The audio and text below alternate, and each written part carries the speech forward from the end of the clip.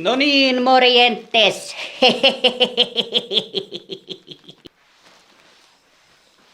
Tervetuloa katsomaan Faijan matkassa.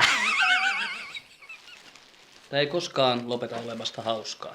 No niin, Ja tällä kertaa sitten.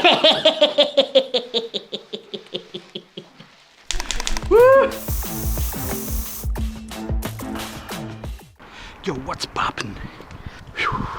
Perkele. Huono kunto. Vähän nousee portaitani. Tänään kävi sitten semmonen homma tossa, että likkaatti ensimmäiset askeleensa. God damn. Aika huikee fiilis. Voi veikkoset. Pari kertaa otti sellaiset 2 askelta. 2-3 askelta, mitä se nyt otti. Mutta että 2 kertaa. Voi veljet. Joo. Joo, mitäs näin muuten?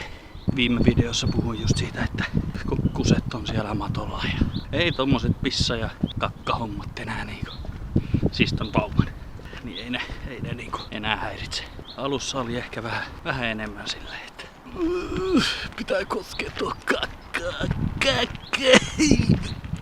Ei oo enää semmoista, että siis totta kai jos oikein nuuhkaisee jotain kestovaippaa ja siellä sattumoisin on jotkut parin viikon vanhat pisut vetää siitä kunnon nuuhkaisut, niin kyllä totta kai siinä niinku tulee semmonen gag reflex, että kuukauden päästähän toi likka on jo vuoden.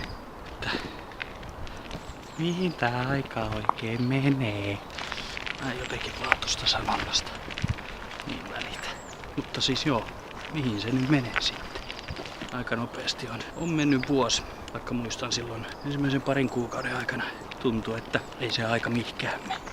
Se on vaan niinku aina ja jatkuvasti sitä pelkkää kitinää ja itkua ja väsymystä ja vituutti.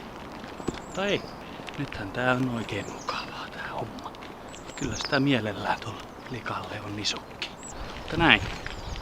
Meille kuuluu muuten oikein hyvää. Kuukauden päästä on 1-vuotisbileet.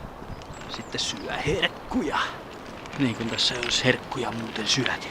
Semmonen homma vielä, että jos teillä tulee joku mieleen, mistä haluaisitte kuulla tai tietää, että miten meillä joku asia hoidetaan tai jotain, niin pistäkää kommenttiin, pistäkää viesti, kyselyyn. Se olisi kiva, se olisi erittäin kiva. Saisi vähän myös idiksiä sitten seuraaviin jaksoihin. Näihin kuviin ja näihin tunnelmiin. Morjentteesai.